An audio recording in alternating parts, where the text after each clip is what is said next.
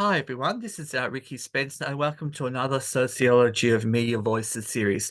Today we are very privileged to speak to Professor Andrew Gunstone, who is going to talk about a very important publication that he's just about to release, Reflections on the Voice. We are very privileged to have him come on today and speak to us about some of the main work that he has undertaken in this space and his real insightful deep reflections on where do we go from here.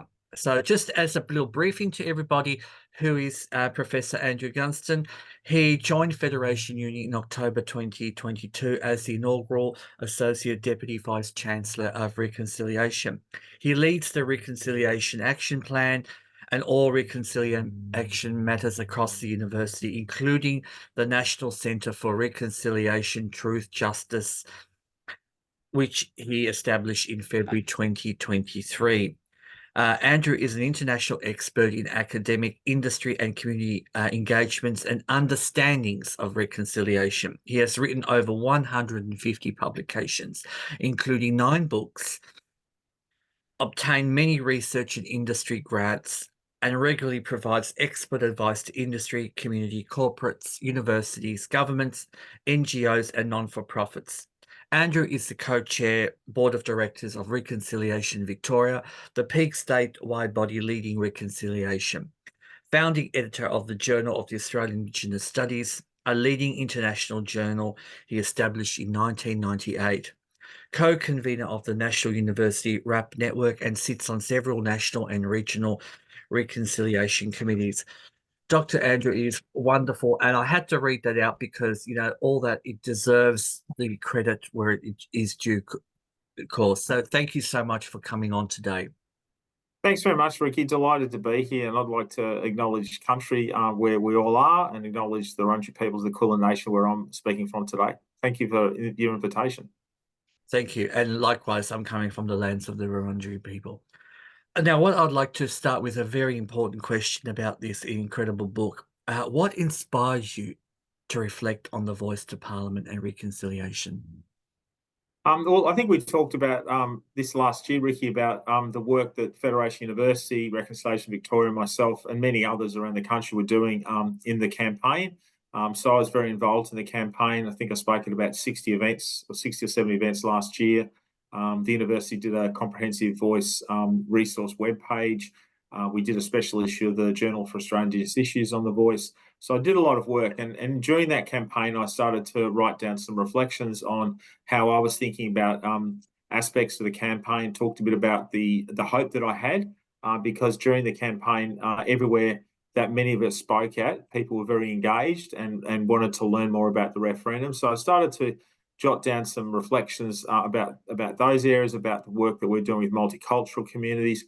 And then I penned down some reflections after the campaign as well, following the appalling defeat on October 14th. And I put all those together, and I thought it was really important to, preserve some of those ideas and put that together into a book. And thank goodness my publisher was keen to put it out quickly. So I was quite surprised we were able to get the publication out as early as we did. So that it's now actually been released, and we've got a book launch coming up in a couple of weeks. But yeah, delighted to get it out. And the motivation really was to talk about some of the key areas of reconciliation and the referendum, and what reconciliation can mean now in a post-referendum environment, and also to address some of the myths that I think have surrounded both the campaign itself and then some of the sort of the myths that have happened since. Like I was very devastated after the campaign and the loss, obviously, but also when you started to see a number of public commentators talking about the racism had no part to play in the referendum loss.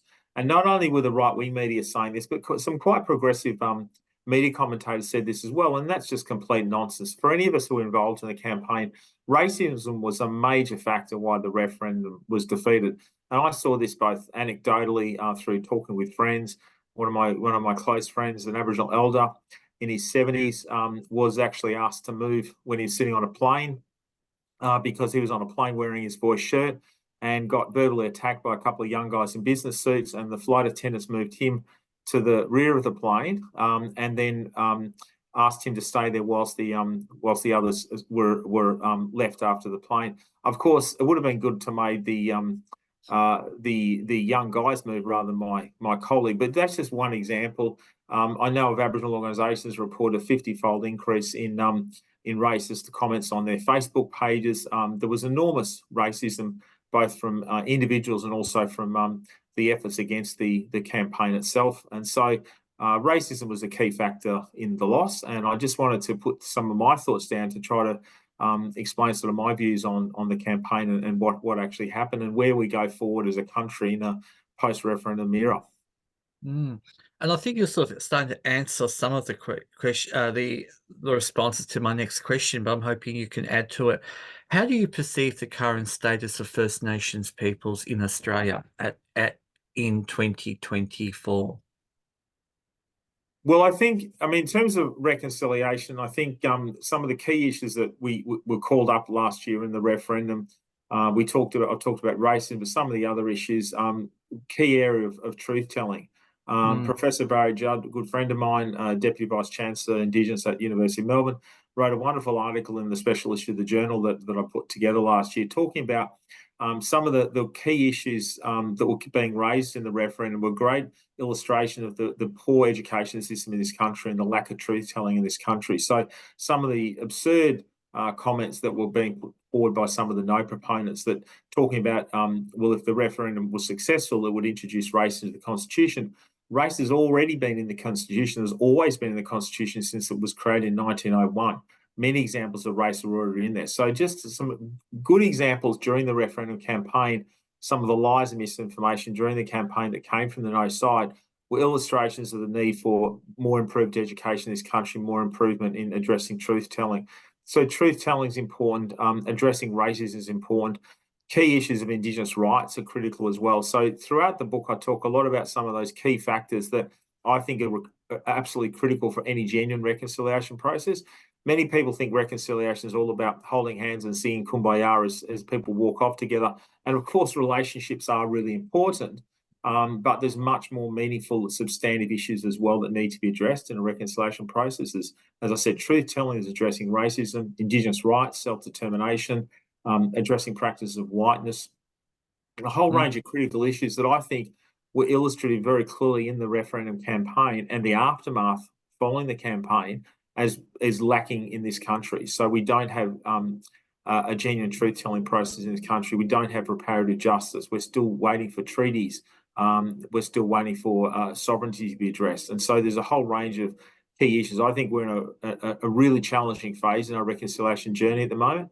And in the epilogue, the last chapter to the book, I talk a bit about some of the things that have happened since the referendum. So very sadly, a number of local government councils across the country are having racist debates about whether to continue having acknowledgements and welcomes to country. In fact, that was just another council in South Australia the other day did ban their acknowledgements to country. And I want to give credit to Reconciliation South Australia for their great work in pushing back against some of these appalling practices from local governments. Because I think particularly in West Australia and South Australia, a number of local councils are pulling back from acknowledgements. But we're seeing some of these pushbacks elsewhere as well. I was at an event the other day where I talked about this, that I think some opponents of Indigenous issues and some opponents of reconciliation, they've seen the loss of the referendum, which is about a specific constitutional change, and extrapolated that defeat to think that that means a defeat for all the reconciliation work that many of us have been doing for decades and decades. And so there's a pushback against a whole range of critical issues. So I think we're in a real challenging phase of our reconciliation national journey at the moment. And I'm just sort of interested in some of the points that you raised, especially among the pullback away from acknowledgement of country. And I've noticed that too, this is happening in quite a few spaces that I'm involved in. Do you feel that the way the media has sort of shaped sort of the outcome of this is sort of leaving an undercurrent of the people who really oppose what's happened in terms of, or wanting to kind of whitewash what's taken place to our communities and peoples for hundreds of years. And now there are people to say, well, it didn't go through. Let's just change this. And my concern is also, I guess, Andrew, where do you see the role that teachers can play? Because I feel that our education spaces really do have an important role to play in this. Well, you touched in that question, Ricky, on two key areas within Australian society: teaching and the media. So, yeah, absolutely, education system's critical. When I went to school, we learned about Captain Cook, Farluck, Don Bradman, and Ned Kelly, and that was pretty much it. So my kids have almost finished their schooling system, and whilst they've not learnt a lot more than I ever did at school, it's still very much about pre-invasion Indigenous society, and that's very important. But they still don't teach a lot about the invasion, colonisation, genocide, a whole range of critical things that have happened in the last 260 odd years. So I think that's critical. I think our education system needs to do much better. And I'm not criticising teachers here, I'm criticising the system itself, because many universities still fail significantly to give enough pre-service education focus to teachers to engage in Indigenous issues.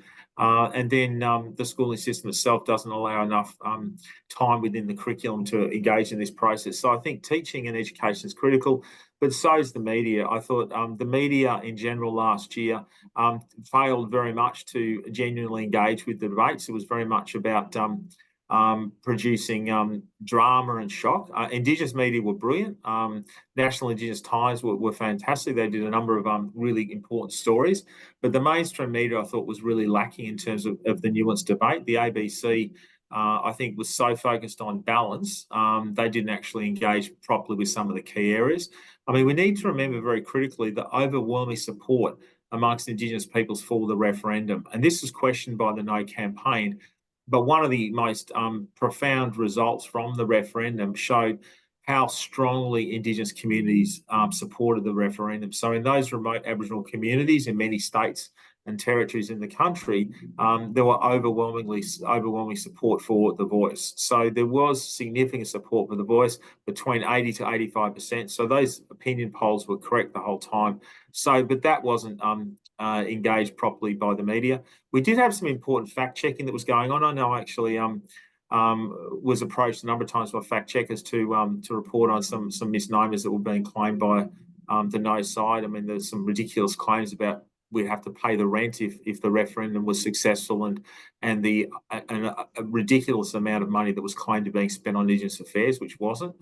So I think some of those important functions were held, but the other sort of deeper issue with all that is the fact there's no truth in advertising for referendums or political campaigns. So the No side could put together their publication, their pamphlet, which went out to all Australian households, with enormous amounts of mistruths and lies in them as well. So that was a real concern. So I think the media and the education system has a big responsibility to play in how we have a better education system and a better, more nuanced understanding as civic education in this country.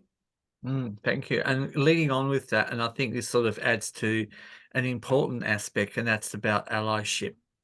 How can non-Indigenous Australians contribute to the advancement of First Nations rights and reconciliation efforts?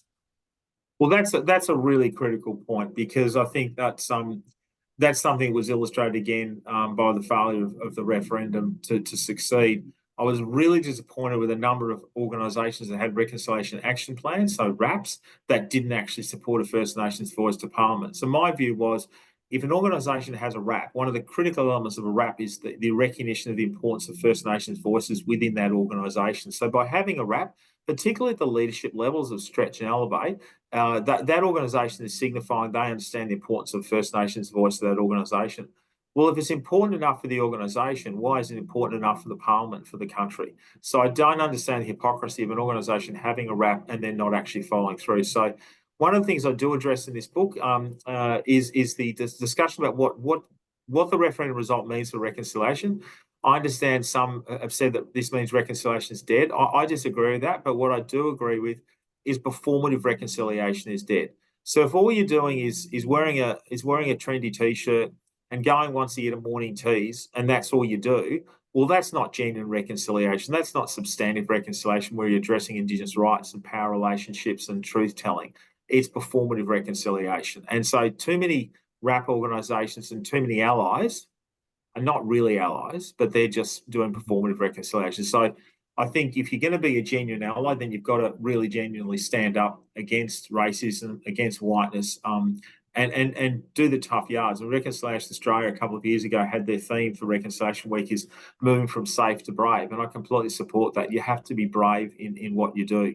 So I think that notion of performative reconciliation should be put out and cast aside, because that's not what genuine reconciliation is. So what we did, though, find is there were a lot of genuine allies, genuine non-Indigenous people who did campaign strongly for the voice. And by that, I mean they went out and they door knocked and they talked to their friends and family, which is exactly what the leadership was asking to do. And going on from the 1967 referendum, which was so successful, that notion of kitchen table conversations, because people are naturally going to trust their friends and their neighbours and their relatives more than they will the media or politicians or, heaven forbid, academics. So they're going to engage more with people they know. So that was the theory behind it. I have no doubt if we'd had more allies talking to their friends and neighbours throughout the country, we would have won this debate, because I never had anyone come up to me and say, well, now I've learnt more about it, I'm going to vote no. In fact, I had the total opposite reaction. People were strongly supporting it after they found out what it was all about. So that's a really important thing for allies to do. My dad, he's 84 next month, in a couple of months. He was out door knocking. We know of many people at all age groups who are going out to campaign. But what we also need to be aware of is that doesn't actually mean they know a lot of information either. I was quite surprised during the campaign. I got asked to speak to a number of Yes 23 groups. And whilst their passion was substantial, which was fantastic, some of them weren't that aware of some of the issues. And so I don't agree with people saying, well, we've got 6.2 million people who supported the voice, so we don't need to educate them. We're all on an education journey. I learn all the time. I learn from the wisdom of my Indigenous friends and colleagues and leaders. So we're all needing to continue our education, our leadership, and our learning journey and reconciliation. But certainly, we do have a strong base of people who did support the voice. We just need to look at ways to keep that momentum going. Back in 2000, at another pivotal moment for reconciliation, when we had 250,000 people march across Sydney Harbour Bridge and 1 million march across bridges across Australia, there was a real galvanising moment for reconciliation, but then it soon dissipated after that because the momentum was lost. We really have to make sure that we keep the momentum going to find ways to engage the 6.2 million Australians who did vote yes. And I know my colleagues at Reconciliation Victoria and my colleagues across the other state and national and territory-based reconciliation organisations are working hard to look at ways to bring those millions of Australians who voted yes and those tens of thousands who were strongly campaigning for yes into the reconciliation fold to help them on their own personal journeys and contribute to the nation's. And on that point, before I go to our next question, I just want to highlight to our listeners, those people who are wanting to make a change and do something, how can they join Reconciliation Victoria?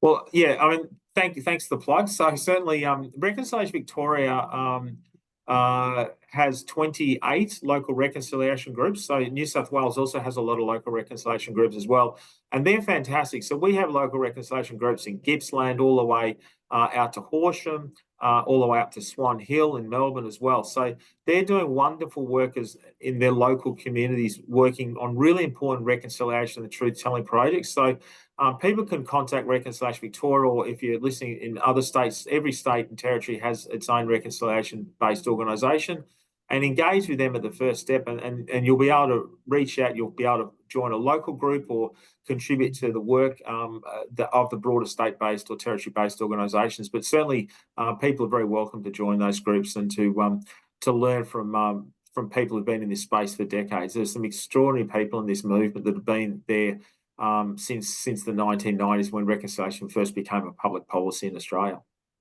And one of the reasons why I wanted to highlight that, Andrew, is especially for pre-service teachers who are really passionate and want to make a change, I really want to encourage them to join your state. And just so we're clear, Andrew, if you are not identified as Indigenous, it is still possible to join Reconciliation Victoria. Is that correct? Or any other? Absolutely. So we have a huge number of non-Indigenous people in Reconciliation Victoria's membership. So Reconciliation Victoria has a really important structure. We have a First Nations council, a cultural council, which consists of leading Indigenous leaders in this state who are on the council and give us an enormous amount of wisdom. There's myself and my co-chair, an Aboriginal woman, Maria Dugan, on the Reconciliation board, and we have a staff of about 6 or 7 as well. So each state and territory has its own different structures, but certainly non-Indigenous people are more than welcome to come on board in getting engaged in the process. And again, I have to highlight this to teachers and social work students and health allied students especially. Go to the website, have a look, consider joining and doing a contribution and speaking to people who really have a deep understanding. And especially for teachers in primary schools, it's a great way to make connections with local issues, having, connecting up, yarning with elders, making that so your students can really get a real truth-telling experience and getting access to resources which will have the facts as they are, and you can really give your young people. Absolutely, Ricky. I just wanted to add also the other way for people to get involved, particularly groups you're talking about, teachers and students, is also through their local schools. Many schools have RAPs, Reconciliation Action Plans, and that's a really good way to engage as well. So RAPs are quite interesting. You look at the data, and yes, RAPs have sometimes been criticised justifiably for being a bit tokenistic, but the RAPs that are done well, if you do a RAP that's well done, you can actually have a transformational impact upon an organisation. So if you look at the data, and Reconciliation Australia has been doing biannual surveys for the general population for many years and biannual surveys of attitudes and understandings in RAP organisations. And if you contrast the two, where the general population is at now in terms of its support for reconciliation, its understanding of Indigenous issues, importance of truth-telling, those sort of key areas, where the general population is now is where the RAP community, where RAP employers were at about 6 or 7 years ago. So if you're an employee of a RAP organisation, you're far more likely to be supportive of reconciliation, far more likely to understand the importance of truth-telling and understand the importance of Indigenous engagements and Indigenous voices than you are if you're a member of the broader non-Indigenous community. That's not to say RAPs don't need, some RAPs obviously need to be worked on, but certainly if it's a successful RAP, they can have a big transformational impact. So I certainly recommend, there's lots of ways for people to get involved. They can join their local reconciliation groups, they can join their state, territory, peak organisations, they can get involved in their RAPs at work, because I think there's over about 5 million Australians now that are employed or study at an institution with a RAP. So RAPs are very widely used now. And just before we go to our next question, Andrew, just to highlight that even for sociologists around Australia who really want to understand about RAPs and the meaning, is there a website or a peak body that people can look at? Yeah, if you just go to www.reconciliation.org.au, that goes to Reconciliation Australia's website. That will go into the state branches. It talks about RAPs and engages. There's a particular type of different areas that you can engage with the reconciliation, different workplaces. So you can find out what organisations have RAPs as well. So most or many universities where sociologists will be working have RAPs as well. And I think that's very important that, as a emerging researcher or being appointed as a casual lecturer or tutor at a university, please do take your time to look at the university's RAP and ensuring in your own practice, and what you're bringing content into your privileged space as a tutor or lecturer, that you do make sure that the information that you are disseminating to your students does include perspectives from our First Nations communities to really understand. Please do. Sorry, Ricky, can I just add a bit about universities? Yep. I did actually talk about in the book a bit about universities and RAPs, and I have to say I was very disappointed to see that Universities Australia did not come out with a position on the voice during the referendum. So many peak organisations did, and I know there was a strong push amongst some universities to push towards University Australia, which is the peak body, to have a position on RAPs. On the referendum, sorry, and they decided not to because they thought that they didn't want to be political. Whereas Professor Megan Davis, who's obviously one of the key leaders, Indigenous leaders in the country, and was one of the architects of the Uluru Statement from the Heart, she made a very important point that if you're sitting on the fence, if you're being silent, that in itself is a political decision. So you can't be neutral and not be political. So that was disappointing to see that the higher education sector didn't engage. Again, all universities will address issues of Indigenous voices in things such as research and community engagement. There's hypocrisy there if you're recognising that at the institutional level but not at the national level. So that was very disappointing to see the failure of the University of Australia Network to do this. And it's not just universities, but many sectors, local governments. I was at an event on Saturday talking about this, that local governments very much were one of the institutions in this country that led support for marriage equality a number of years ago, and they were fantastic. And many local councils came strongly out for support of marriage equality, which is great. But those same local councils were conspicuously silent on the voice. There was only a handful of local councils across the country that were that had the respect enough to come out for the voice. Many local councils did not engage with the voice and support it, which was very disappointing. Mm. And now, I guess, following on from that, a really important question: what are some of the key recommendations that, with your experience and reflections, having written this incredible book, to policymakers and stakeholders to enhance the effectiveness of what has happened and moving forward with the voice? I think the critical thing would be, I would strongly recommend governments to continue and support the Uluru Statement from the Heart. To me, the Uluru Statement from the Heart was one of the most beautiful documents I've ever read. It's an extremely moving document. It's a one-page document. That was one of the many lies of the No campaign. It wasn't 50 or 60 or 70 pages. It kept seeming to increase like catching a fish. It kept getting bigger all the time. But it was a one-page document. It was a beautiful invitation.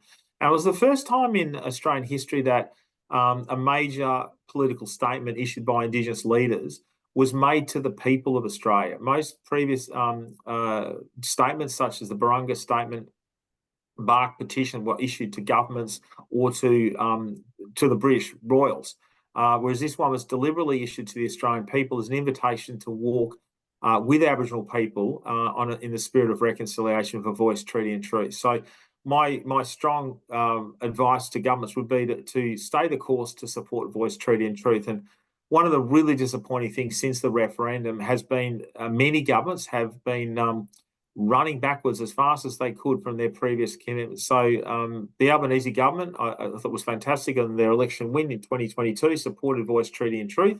And they have been conspicuously silent since the referendum failure to talk about other ways to ensure Indigenous voices are heard.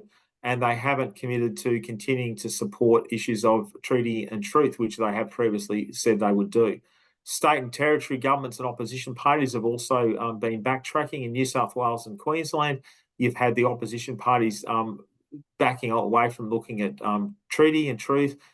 In Queensland, you've got the Truth and Treaty Interim Commission on there at the moment, but there's some doubt about that given the failure of the Queensland Labor government to definitely commit to that, even if the opposition was still opposed, which they are. So there's a very much up in the air with some of these. There are some highlights, though. In South Australia recently, just the other weekend, there was an election amongst Indigenous peoples for a South Australian voice to Parliament, which is fantastic, a First Nations voice. So that's absolutely brilliant to see that go. And so the country's really looking behind that. But I have to say this, as a proud Victorian, I have to say in this matter, Victoria is certainly leading the way. So, we're absolutely honoured at the National Centre to work closely with the First Peoples Assembly Victoria, which is doing extraordinary work. Because the First Peoples Assembly Victoria is a democratically elected body of Aboriginal and Torres Strait Islander people from communities across Victoria, which is our equivalent of the First Nations voice. And they're working closely with the government. They're also doing some great work on developing a treaty. So we will be having treaty models come out this year. So they're doing exceptional work on that other part of the Uluru Statement on treaty. And of course, the First Peoples Assembly Victoria created the Yoorrook Justice Commission, which is the nation's first truth-telling commission. We're honoured that Commissioner Sue-Ann Hunter, Deputy Chair, is on our advisory board at the National Centre. So the Yoorrook Justice Commission is doing extraordinary work in a whole range of truth-telling areas. They've recently released reports in the out-of-home care system and the criminal justice system. In fact, I think it's today on the 25th of March there, or maybe it's tomorrow, it starts the next hearings for the Euro Justice Commission, which is available to be looked at on their website. And we know the Premier, Jacinta Allen, is going to be appearing soon before that. So that's fantastic to see, and they're doing extraordinary work. I just hope the rest of Australia can start to engage in truth-telling as well. We need these formal truth-telling structures, as well as lots of local community-based truth-telling as well. So that's probably my main suggestion for governments and for oppositions to not politicise this, and that's what happened last year. Of course, this was the most simple reform to basically say Indigenous peoples. We understand the importance of Indigenous knowledges. Indigenous peoples who've been on this continent for 120,000 plus years should have the right to determine their own future, should have the right to provide advice to governments on matters that impact upon them. We've signed the United Nations Declaration of the Rights of Indigenous Peoples, which includes in one of its clauses the very thing that was being tried to be put into the referendum last year, for it to be put into the Constitution, for the right for Indigenous peoples to have a say over matters that impact on them.